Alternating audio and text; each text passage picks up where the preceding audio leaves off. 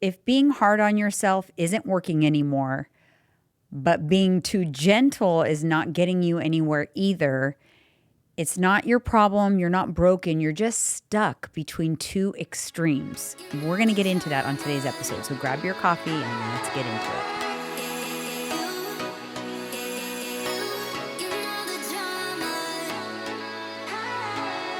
Let's get into it. I got my Nuri.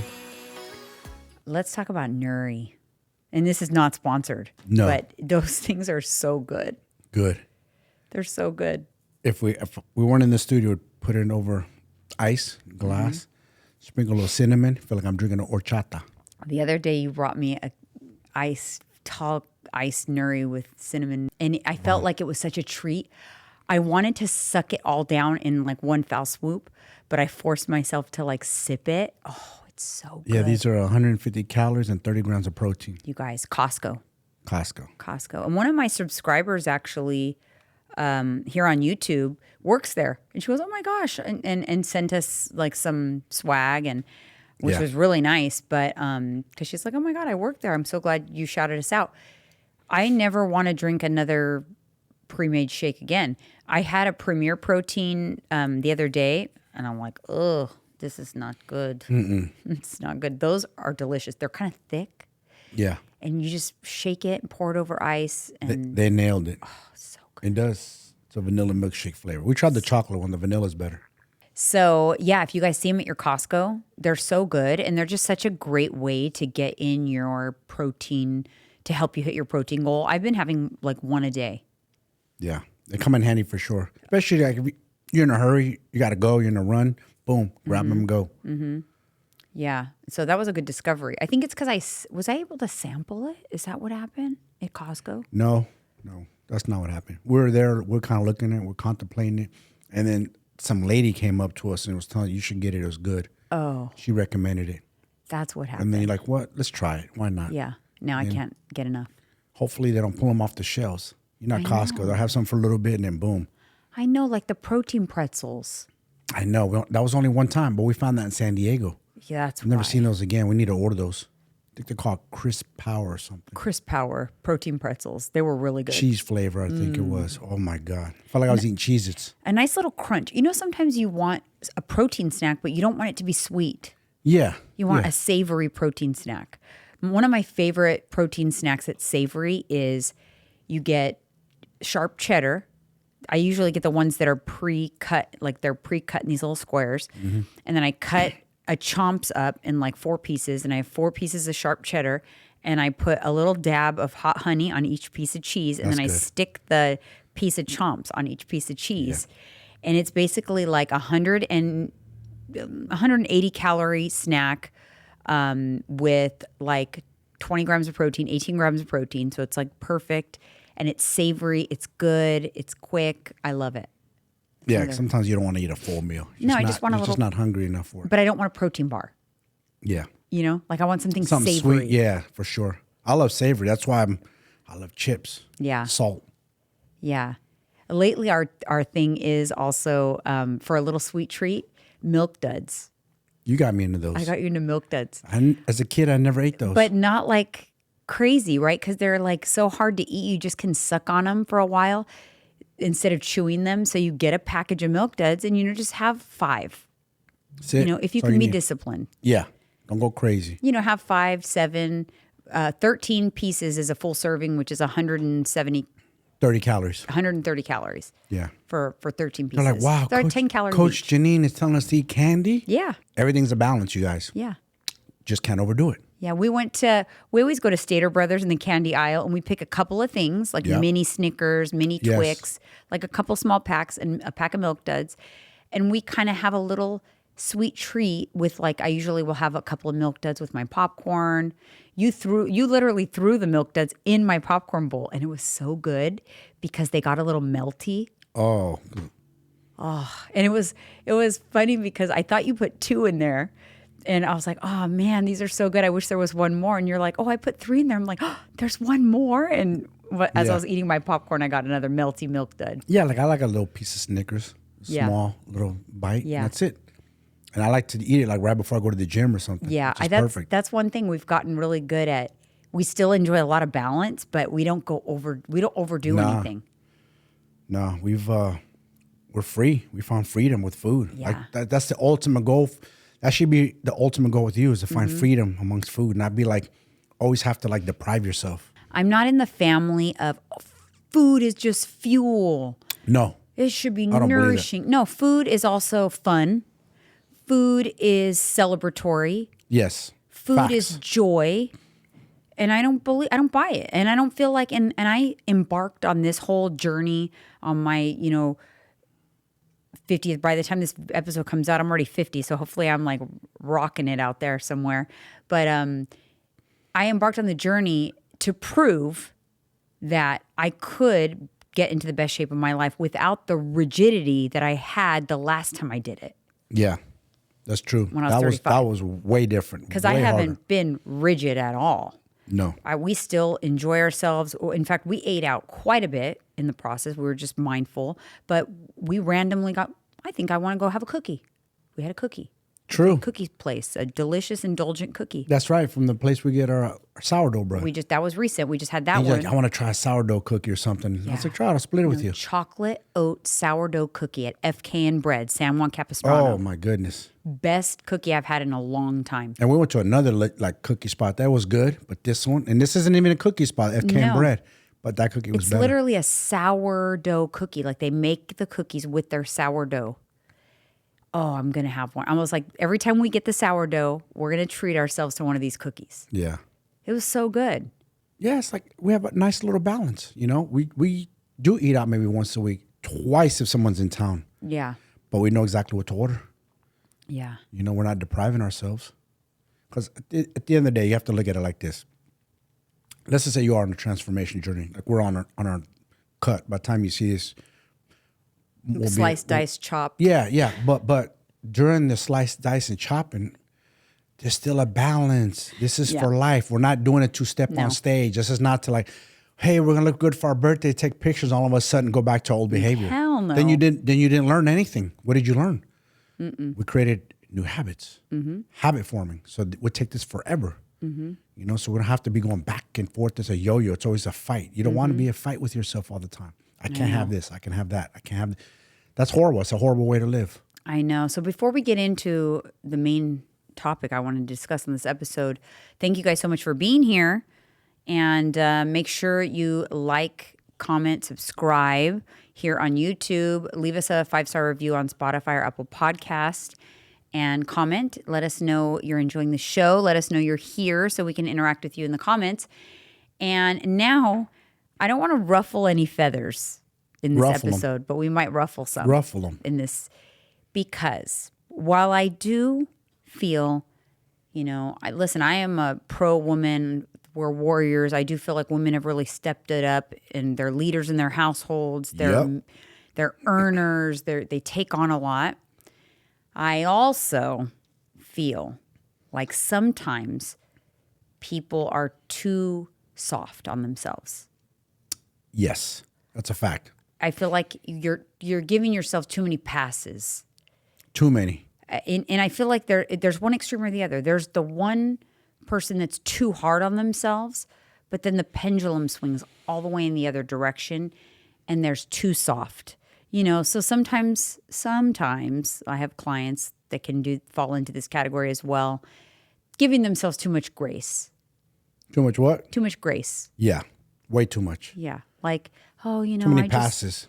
I Some of the just, stuff you told me, I laughed like, she did what? Yeah, like I just feel like I just needed to just give myself a break. I'm like, well, haven't you had a break for like the last 6 months? Isn't that why we're trying to undo what you did? Yeah, that's the whole purpose of this. Yeah, like or like they'll say, I needed this weekend. You needed to eat like an asshole this weekend? That's going to help do you any good? Yeah, that's basically what they're saying in a nutshell. Yeah, like don't let the devil on your shoulder convince you that by binge drinking or binge eating or having no regard for your health is doing you any favors. Like, you have a problem, ma'am. The problem that you have, we have the solution. You have a problem. The problem is You want to lose weight. You want a better relationship with food. You want to feel better, look better. But if you're not listening to us as coaches with the solution, then you're still part of the problem. Yeah, it's like too much compassion for yourself. Too much. You're patting yourself on the back. You want a reward for something you ain't done yet. Here's a big one. When people say, I need to listen to my body. Oh, my goodness. To your body. Listen to my body. I need to listen to my body. I'm going to sound harsh right there. Watch this. They're going to come for me. Imagine if we're right there with you and we put you in front of that mirror. What's your body telling you? Yeah. That body that's staring back at you. Yeah. Is it happy with what you've created? That woman in that mirror staring back at you? Or if I could put you in a different mirror and that mirror looks like the new you, the transform you, the you that you've dreamed about. We'll be like, yes, look at us. You did it. You fought through adversity. You didn't let the bad devil win. Now think about that. It's a pendulum. Yeah, and I feel like if I listened to my body, I would listen to myself right into the show, My 600-Pound Life. Both of us. We Come both have on. that in us. We both been on that other side. So we know what it feels like. If I listened to my body, I would skip all my workouts. I'd go back to Burrito Mike, eating burritos and chips and stuff in my face. If I listened to my body, I would have donuts every day for breakfast. Every day with my coffee, too. I think that term, there is some truth to it if you're really honest with yourself and you just really got kind of like this lifestyle locked in. But for the most part, I feel like people overuse that term and they're giving themselves just too many pats on the back. It's like this whole movement of soft parenting. Have you heard of soft parenting? Yes. Soft parenting.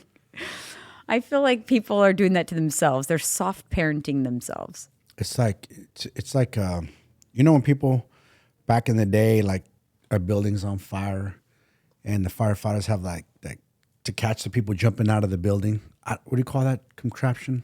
Oh, the trampoline thing? Kind of like a trampoline thing. Well, people have that trampoline thing in their head like, I need to listen to my body. That's their trampoline. Yeah.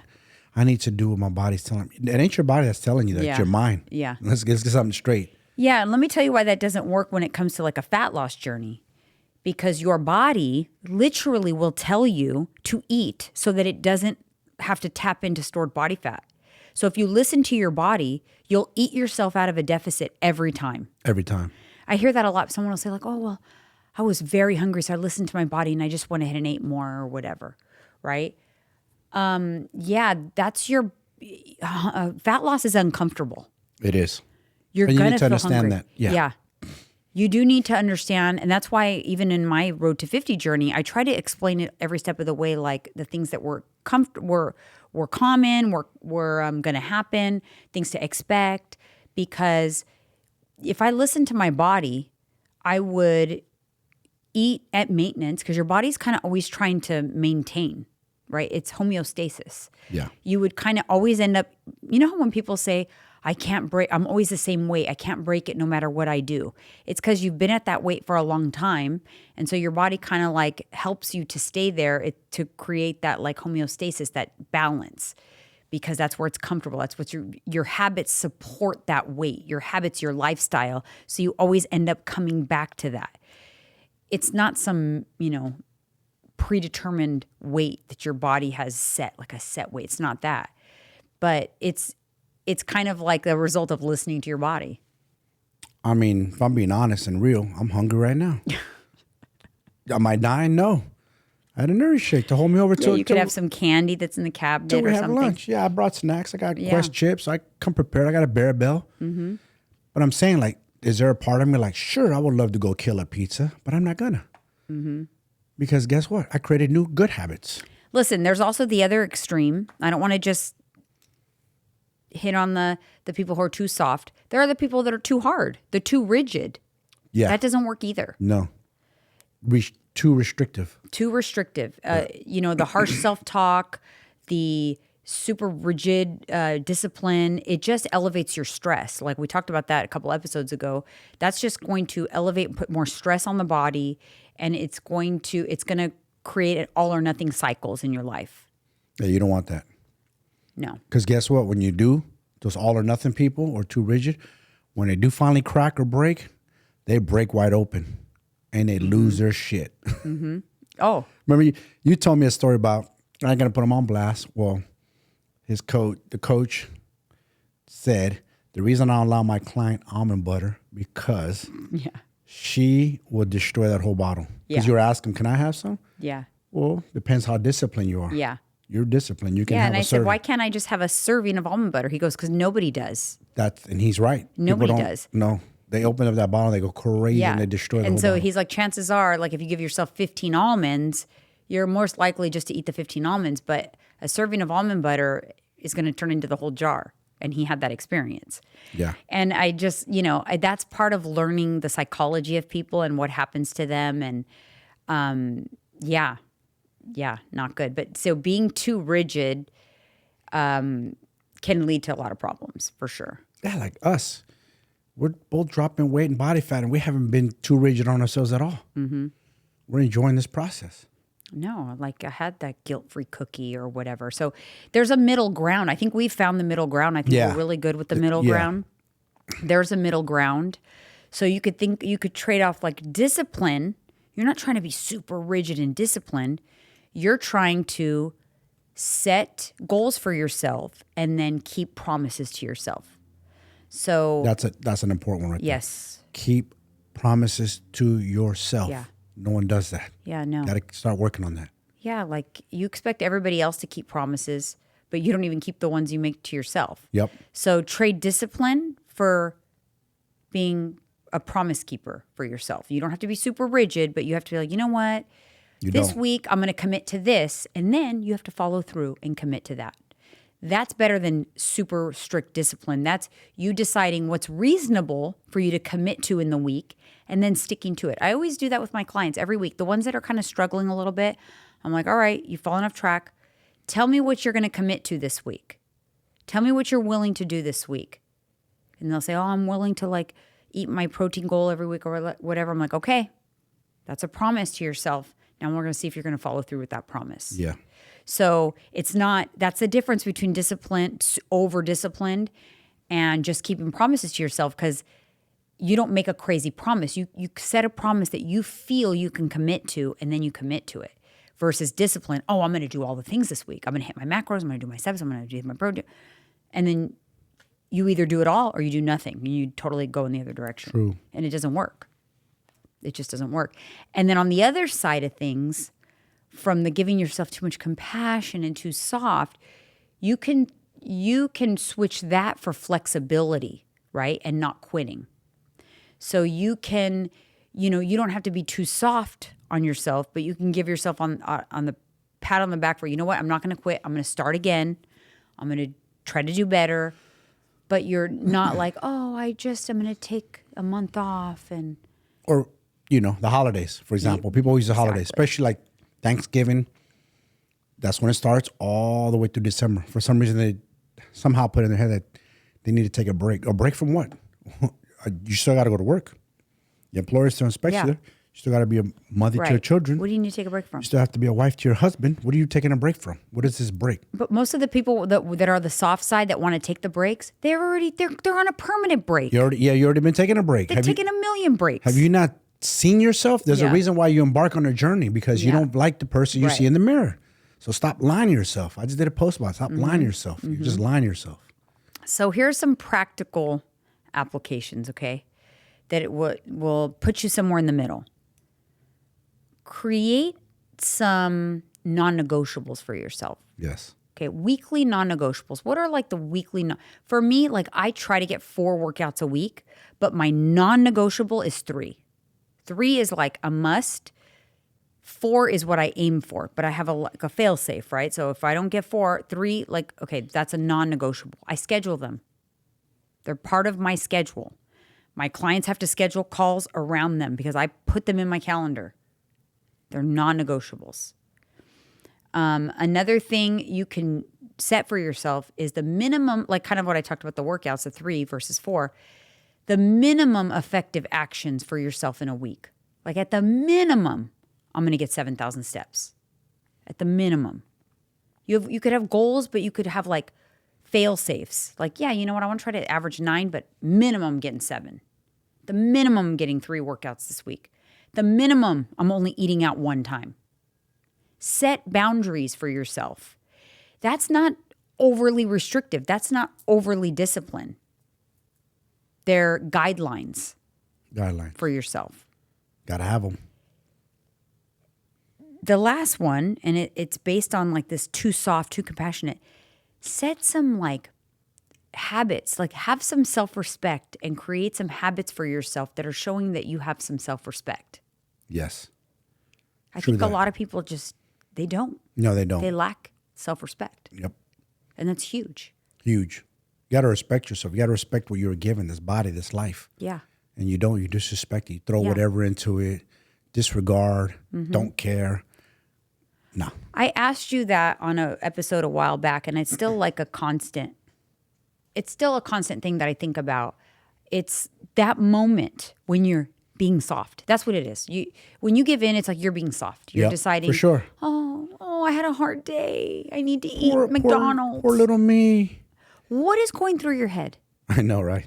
I want to know. Like, I want to get into the mind Yes. of that, because I always try to say, I try to put myself in that position. Drop it in the comments. So that I can be empathetic. But I haven't been, not to toot my own horn, but I've done a lot of work over the years, and I haven't been that person in a really long time where I give myself that softness that like, oh, I deserve it. I'm going to just go eat like an asshole at McDonald's right now because I deserve it. I've had a hard, stressful time or whatever. I haven't done it in a long time, so I'm a little disconnected from the thought process. And so I truly want to know, like, what is going through your head when it's like you have a plan, you're working on goals, you're there.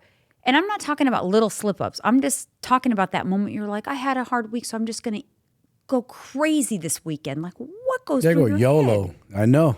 What is going through your head? Or especially those that are faced with medical issues. Dude. That this is detrimental to their health. Yeah. Bad. What is happening there?